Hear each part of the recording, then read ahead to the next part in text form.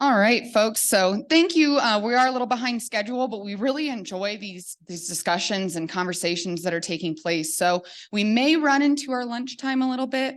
We had an hour set aside, but I think we all eat in about 30 minutes anyway. So we may cut into our lunchtime a little, but we are going to kind of step into the next stage for today. And the next few discussions are really going to talk about, kind of the innards of your project and really how you can just kind of focus on what you need to get done to make your project become a reality. So we have Louisa. She'll introduce herself. She's with Wyoming State Parks. But just really quick too, reminder to fill out things on your note cards for ideas and good ideas just for the collaboratives. Keep those coming down on those papers. Hello, everybody. I'm Louisa Lopez. I'm the grants manager with State Parks and Trails. I've been doing grants management for about 13 years now. I've got different grant programs that we manage. We have federally funded grants and state funded grants. And like she said earlier, yes, grants have lots of stipulations, lots of red tape. There's lots to them. So the biggest thing about grants is lots and lots of communication. Always make sure you're talking and asking your grant management about any questions that you have. That's the easiest way to get through all of that red tape. So the federally funded grants that we have, the first one we have is the Recreational Trails Program grant. This has been around since the 1990s. This is recreational trails, so non-motorized, diversified, motorized trails. We have 1.4 million that we received through the state of Wyoming, and then it's split between those three groups, and then it goes out into, it could be federal agencies, it could be state, it could also be non-government agencies as long as they have the permission from the land management agency in order to apply for these grants. The thing about these grants too is that they are 2-year grants. So when you apply for these grants, then you still have the 2 years in order to get the money to the ground. Let's see, funding is going through the FHWA. And so that goes through the Funding Highway Association. So the federal gas tax is taken off of highway vehicles. That's the money that comes through for these grants. The Land and Water Conservation Fund, we manage that one as well. And this is for outdoor recreation. So if you're talking baseball fields, you're talking soccer, you're talking water parks, you're talking anything outdoor recreation, we manage these grants as well. And so we give these ones out to cities and counties and school districts all throughout the state of Wyoming. The good thing about these is that they're into perpetuity. So whenever you go out and create a state park or city park or whatever, it's going to stay into recreation for eternity. These grants are going to save that land, and it's going to be outdoor recreation, which is always a positive thing, in our world. And that grant, it actually keeps growing and growing, which is really exciting. We are now up to $2.4 million that we receive in grant funding for that this year. So lots of money that we would like to be getting out to the ground. This is a matching grant program. So recreational trails, you do not have to have a match. You can choose to have a match, but with Land and Water Conservation Fund, then you have to have a 50% match. So there is a matching that goes along with that one. And these ones are 3-year grants. So you have a little bit more time to be able to get that money to the ground. And then we have our state funded grants, and these are from motorized trails. So when you go out and you buy your ORV permit or a snowmobile permit, that money goes into the grant program, and then we get that money to the ground. And so we have trail ranger grants, which is for education, enforcement, and light maintenance for trails. And this is going to be for the land managing agencies. Then we have the trail crew, and then that is where we actually have a trail crew. They're based out of Lander, and then they will go out onto your project and do the work for you. And then what's exciting this year, we have maintenance, construction, and planning grants, and we're opening this grant up this year for non-government agencies. So as long as it's a trail that's enrolled into the trails program, then you can apply for these as long as you have the land manager's approval. And these can be your NEPA planning, it could be maintenance on those trails, anything that has to do with motorized trails, you can apply for under the maintenance, construction, and planning grants. So those are the main programs that I manage. As you apply for grants, the biggest, there's a few things that I want you to keep in mind. When you apply for a grant, your grant is your plan. You're not going to have this idea that, oh, we want to do 5 miles of trail. That would be great. It should go over here, but you haven't talked to anyone. You don't have a solid plan. Your grant should be a plan. If you want it to be the best plan you can have the details, you want to make sure that it's really thought out and a well-processed plan before you actually apply for the grant. And then you're going to see it go much better and rank higher, because these are very high competitive ranking grants. So the other thing you want to know is before you apply for a grant, you're wanting to know what your rules and regulations are and what you're going to have to settle with or what you're going to have to follow. Is it something that you're going to be able to do? Because there is a lot of red tape. Are you going to be able to do quarterly reporting? Are you going to be able to have a reimbursement within the 6 months or whatever is required of you? You're going to make sure that you want to know all of the rules and regulations, whatever's required of you, so that you can meet that, because you don't ever want to have to give money back, repay money, anything like that. So you want to make sure you know all of those rules and regulations as you go into it. The other thing you want to think about is your timelines before you apply for a grant. How long is this going to take you? Are you going to be able to hit the ground running as soon as you get going? Sometimes time that you apply for a grant before you actually get the money, it might be a year or more before you actually see those funds hit the ground. So you want to talk about look at your timelines and find out, exactly how that's going to work. And then the other thing you want to think about is just communicating with your grant manager.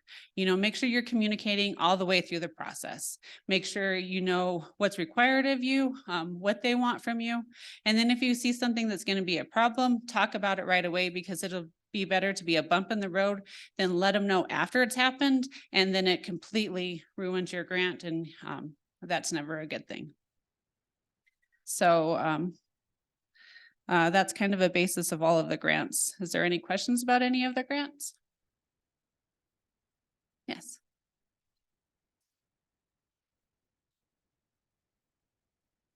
Yes, all 3 of them are reimbursement based. Yes, they are.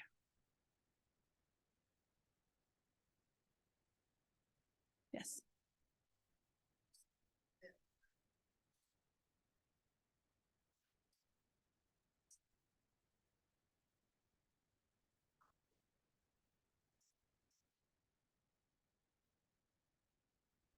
Yes. So the recreational trails program, nonprofits have always been eligible. You just have to have a 5-year land agreement with the land managing agency that says that you can get on their land and manage this grant. So there is a pre-application with that one, and that will be opening in September. On the handouts, there's handouts that'll be going out, and it says they're on there. But there's a pre-application in September, and there we just want a basis. We want to know your basic budget and your basic scope, and then we can help you talk to you through that, and then to help you create your actual application. Then the applications will be due in October. Then that will go through the Trails Council, and then after you're awarded the grant, then we'll have a grant agreement, and then you'll have about 2 years to put together that grant.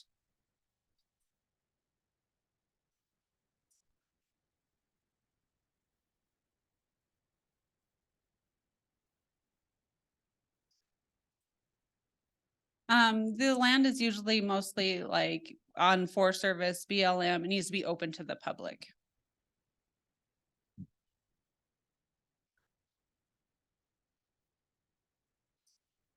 So it can be a city. The city of Cheyenne did some of their greenway with RTP. So as long as it needs to be open for the public. Yes. If you have a project that could qualify for either one of these grants or even other grants, apply for all of them? Like, I guess I'm wondering what to do when, like, you apply maybe for one in July, you don't have an answer yet, and then the application date shows up for the next one. What do you do there? Because there's a chance, I suppose, you could get both. How does that work? Well, the other thing too is with federal grants, sometimes you can match them, sometimes you can't. So you need to know the regulations beforehand. But with land and water and RTP, that's something you could match. So if you applied for both of them and you receive both of them, you can match them so that it could extend your program and make it even bigger.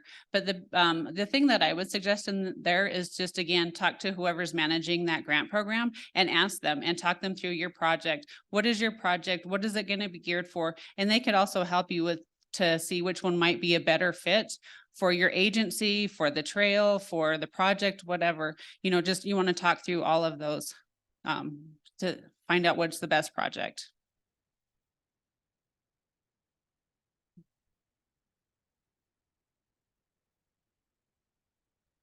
All right, thank you.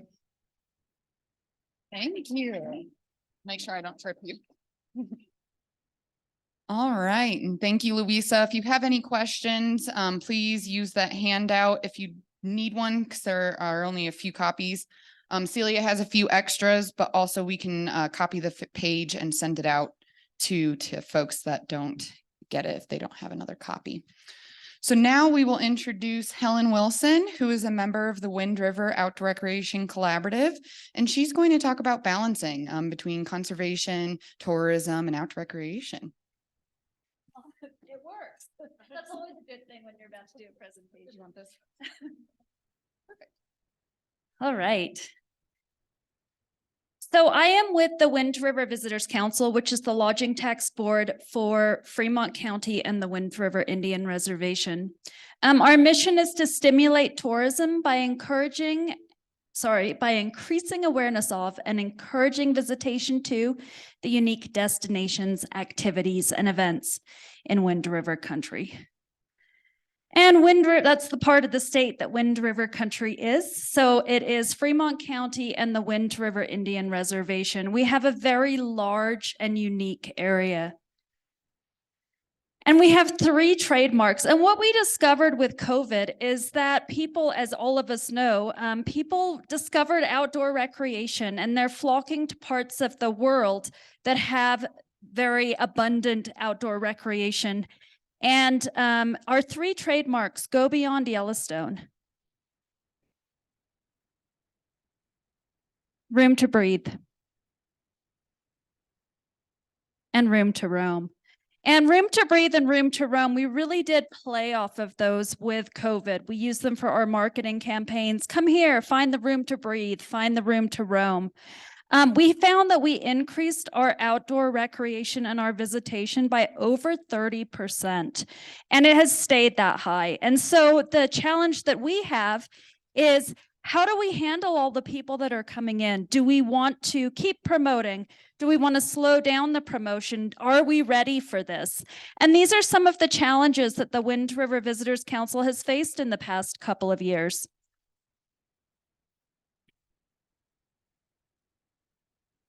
Some of the projects that we support: Central Climbers Alliance, the Pioneer Days Rodeo, the Women's 5-Shot Rabbit Hunt, the Lander Running Club, the Du Bois Townhill Thrill, the Du Bois Rodeo Association, Stage Stop Sled Dog Race, the Lander Cycling Club, the Eagle Spirit Singers and Dancers, and Museum Adventure Treks. And I am going to just mention that one of the things that I found really interesting in the past couple of days is the discussion around trail usage. And do you promote the trails that are already heavily used and, increase visitors on those trails? Or do you spread it out a little bit more? And so you've got less users on the main trails and more users on the smaller trails. And, these are all questions that, I'm not going to give obvious answers to these, but these are all questions that we're asking ourselves. And currently, the Wind River Visitors Council is promoting the areas that are heavily used, the places that have restrooms, the places that have parking lots, the places where you do have a lot of people on the trail. So that's the direction that we're going with it. But we're also trying to educate people in the outdoors about, if you're going to go to any of these places, it is going to be different than a city. For those of us who work quite closely with the outdoor industry, which is probably everyone in this room, we're familiar with trails. We know, that you're not going to find a trash can on a 7-mile hike into the wilderness. But a lot of people who are visiting aren't used to these experiences. So we're really trying to educate people how to handle the outdoors while we're trying to battle, the tourism struggle of how much do we promote? How do we protect? So some of the things that the Wind River Visitors Council promotes. We put bear saver containers in Sinks Canyon State Park. We heard, I think this is about a year and a half ago, that a bear had to be euthanized because it broke into a trash can and it was hanging out in Sinks Canyon. I know Jessica could probably talk more about that, but the bear was eventually euthanized because it was becoming a problem. And the problem really is that we need to help with things like recycling, with things like proper trash disposal, with educating people, don't hang that bag of trash from the rear view mirror on your car while you're camping. And so we're really trying to get the word out about that. So we put bear saver containers in Sinks Canyon State Park. We're also trying to promote biking. Take bikes, be outdoors, take your families out, have a great time. So we're in the process of putting bike racks throughout Riverton.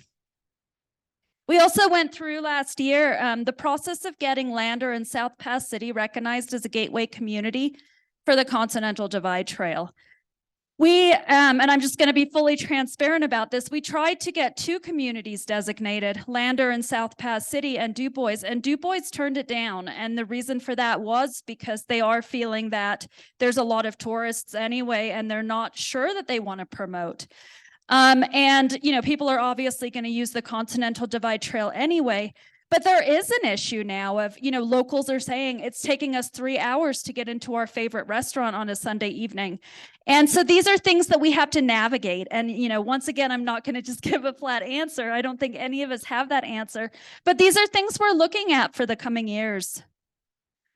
We also promote the new Fly Fisher television show. We are about to film our 3rd episode with this group. We never give specific locations. We try to promote the regions where people can visit. And, we've got fishing, we've got hiking, we've got all of these activities. But we're really promoting the communities and trying to bring money to the communities through tourism. The Wyoming Backcountry Discovery Routes film screening. This was something that we were involved in. We've hosted one of the film screenings and helped to sponsor this trail. Signage at the bus loop and Lander. This is something we are currently starting on. Lander has a really great outdoor recreation area called the bus loop. And over the years, trails have been developed that maybe aren't necessarily trails. And of course, that makes them wider and it really expands. So what we're doing is actually trying to work to put trail signage in to help people identify the trails to use and also to promote that area as somewhere people can go on walks when they're visiting Lander. Right now, there's no trail signage out there. Promoting while protecting. Well, how do we do it? Do any of us have the answer to that? I don't, it's a tough one, but we really try to put a lot of things on our website. So we have people write about leave no trace principles. And what I kind of did here was just put the leave no trace principles and how we're helping to support them. So plan ahead and prepare. Know before you go. Planning is on our website. Something that I really want to mention is we do have the Wind River Indian Reservation in the area that I'm responsible for marketing. And that provides some wonderful experiences for tourists visiting the area, but there's also some additional things to consider. Just being aware of the people who live there and what the reservation is, and being culturally aware as well as environmentally aware. So the pictures on the left and the right, is this working? Okay. It changed noise up here. So the pictures on the left and the right up here are from our reservation. Travel and camp on durable surfaces. Well, what does this mean? And so we really try to encourage people, stay on the trails. Camp on rocks if they're available. Walk on bridges. Dispose of waste properly. This is probably my biggest pet peeve, is when you find a bag of poo on the side of a trail that somebody was going to pick up on their way out. So, we had this in the slideshow. I'm like, I don't know if this is a good slide or a bad slide, but you can pick. And of course, recycling, trash, cat holes, public bathrooms. And as I said, the Wind River Visitors Council really does try to promote the areas that have these established bathrooms and the established campsites. Leave what you find. Some teepee rings there. And over there on the left, if you look closely, you can see an arrowhead. I was part of the Intertribal Tourism Summit last weekend, and one of the field trips that I went on was actually to a petroglyph site that is not visited. It's not open to the public. And we were told, if you see an arrowhead, touch the ground around it, touch yourself, don't take it. And these are, things we didn't grow up with. And I'll admit it, when we were kids, if we would find something like an arrowhead, it was like, yeah, score, an arrowhead. Things have changed. We need to be really respectful. And so we really try to educate visitors, especially to the reservation. If you find something, leave it for other people to see. Leave it because it doesn't belong to us. Petroglyphs. Petroglyphs are another one. Look, don't touch, educate, go on tours, go on trails. But we, at the Wind River Visitors Council, we don't send people to secret petroglyph sites. We send them on tours to castle gardens and places like that. Minimize campfire impacts. A lot of people who call us for backcountry hiking, we want to educate about what a leave no trace fire really is. And then respect wildlife. And we have incredible wildlife in Wyoming. I think whatever part of the state you go to, you're going to have wildlife experiences. And we had a media trip here a couple of weeks ago, and the high point was seeing a moose. So they were so excited about this moose, and it wasn't this one, but it was a moose.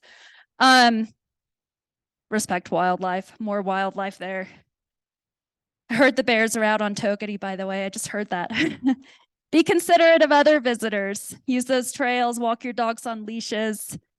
I feel like most of you probably already know all this, but these are the things that we're promoting to our visitors. The middle picture here is camping at City Park in Lander. That's a place people can camp for 3 days. So that's another place that we promote as free camping and while you're experiencing the outdoors. We have brochures, which I didn't bring, but feel free to go to our website and type in your address and we can send those to you, or next time I see you, I could hand them out. And there's my contact information. Did I go over? Am I good? I'm good. Okay. So I'm going to go back a slide since I'm good. And this picture on the right here. So something that we've just done, and I just wanted to quickly promote this, is we worked really closely with both the Northern Arapaho and the Eastern Shoshone on a Travel Stories audio tour. So there's 21 locations. It's an app. It's satellite based. As you drive through the reservation, it'll tell you stories. And what we did was we paid for it and we organized it and we coordinated it. But the stories that you'll hear are from the elders and from the children and from the people who actually live on the reservation. We get a lot of phone calls at the Wind River Visitors Council about the reservation. It's the second biggest thing that people Google to come to our area in Wind River country, with the first being Yellowstone, and Yellowstone's not actually in our area. So we try to really let people know what the reservation is. People want to go and they want to have that experience where they see somebody dressed up in beautiful clothes and where they're seeing dancing. But we want to give them the whole experience. And that was part of the reason behind this Travel Stories audio tour.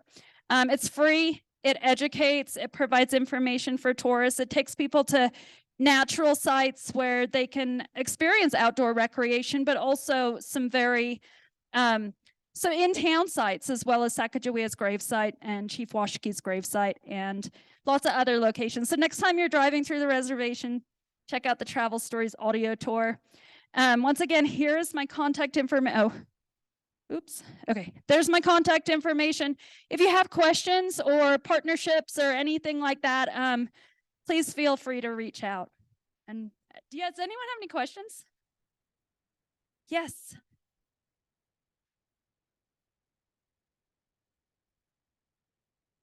It requires internet when you get it. So if you had internet right now, you could get an app called Travel Stories. And then you just type in Wind River Indian Reservation, and then you could just do it. You don't need internet while you're doing it, but you do need it to actually access the app initially. Yes.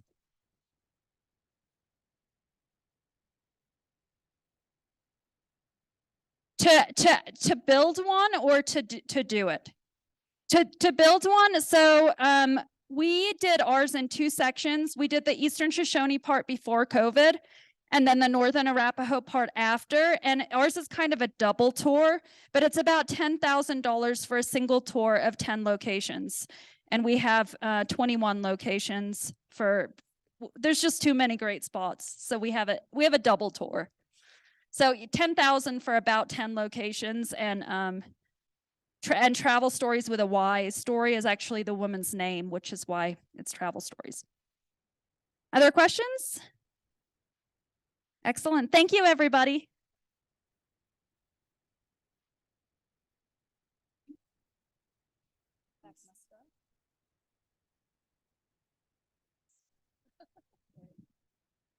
Okay, thank you so much, Helen. Okay, so I have the pleasure of introducing our next speaker. She is the other half of me in the state. She facilitates the Southern Collaboratives, and she also is managing our grant program. So she's got her plates very full. I was going to do a little roast and say some things about Brynn, but I won't do that. But I will ask you to all ask her about her days as a beauty queen at some point before you leave, because it's an actual thing. So here you go, Brynn. If anyone's friends with me on Facebook, you can go back through my albums and see the lovely, lovely topic she just brought up. I think you should, just click the slideshow. Awesome. So we'll see. I mean, I think I could talk about this topic for a while, just from my experience this past year and a half working on the Wyoming Outdoor Recreation Grant Program for our office. And once again, those are thanks to the American Rescue Plan Act that our governor sought out for our state. So I just wanted to highlight a few things after this first run with ARPA on kind of what I saw as a coordinator for it, what I think could be improved upon, or what we need to talk about when it comes to applying for a grant. So I have 5 tips up here, and I'll talk through each of them. The first one, Louisa actually hinted on in her presentation, and it really is important. You need to look into the rules and procedures associated with the grant. So if it's a federal grant, if it's a state grant, if you're seeking a private grant through a company like Still, you want to look into the procedures that are going to be associated with that. It's going to affect how you can provide a match, the timeline that you have, who you can get a match from, also the different procedures around how you can actually spend the money that you're receiving in that grant. So really focus, which type of grant you're seeking out. If it's going to be a little bit more complicated of a process for your organization, you don't have, a full-time person for grants. Federal grants may be a little bit more complicated or take a little bit more time to work through versus state grant or a private grant, and vice versa. There's different things that could apply to your organization that may not apply to a different organization. The second is to provide data to support your responses. So a lot of grants will ask, how many families are you serving? How many events do you host? How many people come through that site?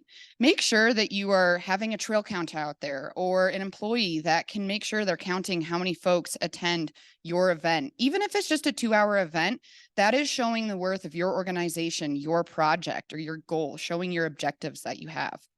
So really be sure to include data to support your responses.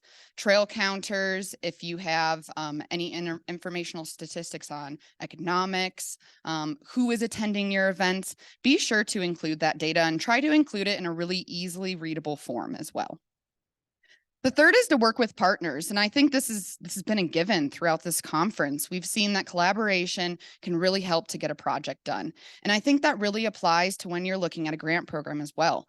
It looks really good from a coordinator standpoint to see that that county went out and worked with several nonprofits, several organizations. They also reached out to another county organization, just to be sure that everyone is involved in the process. It also helps too when you're looking at a grant application, if there are 3 different organizations working working on a project and they all have that goal, they want to work together on it, there might be one group that has more resources. Put that organization on the grant application. You can all share the benefits of the grant, but really focus on who can provide that communication between the grant coordinator and the subrecipients. The fourth is to collect letters of support and from the land managers. So get letters of support from your local clubs, your local organizations. We do this in our collaboratives. We try to vote on a letter of support for projects. Get those letters of support from those organizations that are going to be impacted. Those impacted users are the voice for these projects to get done. So have letters created, and then also, of course, get letters from your land managers. It may not be required, but it's still best to reach out to that person, say, hey, we'd love it if you could just write in a letter, say that these are the rules that you may have with it, but that you're happy to see this project come to fruition. It's really going to matter if you have a project that is associated with private land. And the fifth is to provide an easy to read budget. I think along with that too, and I didn't include it, is to provide a map or just kind of a diagram of what you're working with. I am not a rock climber, so I may not understand really what you talk about when you're trying to develop a boulder versus a wall versus, I don't know, other structures or different trail types. Some folks may not be involved in the different groundwork that goes into it. So actually explaining what type of materials you're going to use in the budget and make sure that you include it. Kind of like how Sarah had touched on, you can use Google Excel, create a table, and really make sure that it's understanding to the coordinator and to those that are going to determine if the grant is going to be awarded on how the money is going to be used. It's so important to have all of that information clear and understandable, just in case you get an audit. I think too, along with that and that last one, the map is helpful. It's really great to be able to fully explain out a project, especially because a lot of these grant programs are taking place or they're based out of one central location. So that person that you are sending the application into, the folks that are reviewing it, aren't there to see the site or the area that you're discussing in your grant. So really paint that picture for them so that they have a full understanding of why this project is important. So I hope those tips were helpful for you. I encourage you to join a collaborative if you are not on a collaborative already. Of course, reach out to folks in your community. I will speak for Amy and I in that we can send out emails until we're blue in the face. It's really going to be you reaching out to folks and say, hey, I attend this meeting every other month, and we're actually having conversations on how we can get something done. You should come. Even though you may be busy, you can still look at the notes online, come to the next one. We hold meetings 6 times a year to really make it so that we can plan ahead and have folks involved. And I encourage you to look out for future grant opportunities at our website, yorec.com. Thanks. Any questions? And also questions related to strengthening, not related to grant, please. You can email me if you have any questions about your application. Amy?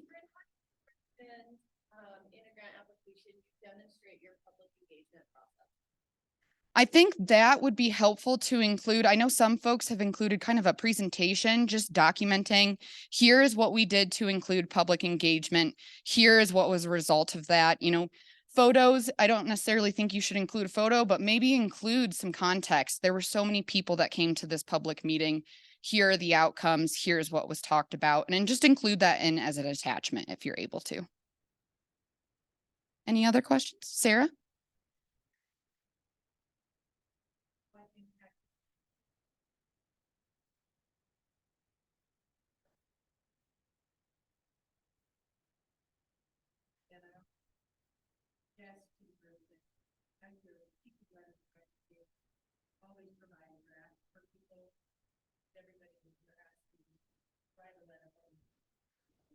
Mm-hmm.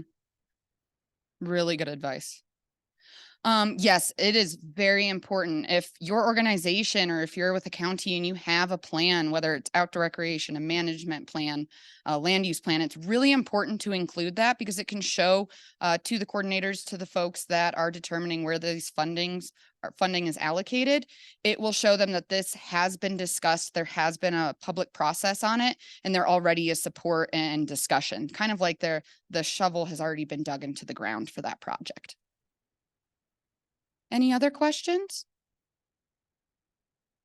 Well, feel free to reach out to me, kind of in relation to the Wyoming Outdoor Recreation Grant Program, and also just as we develop future funding opportunities, you will hear from our office. So we will release that information in the collaborative newsletter as well as our website and other social medias. Thank you all.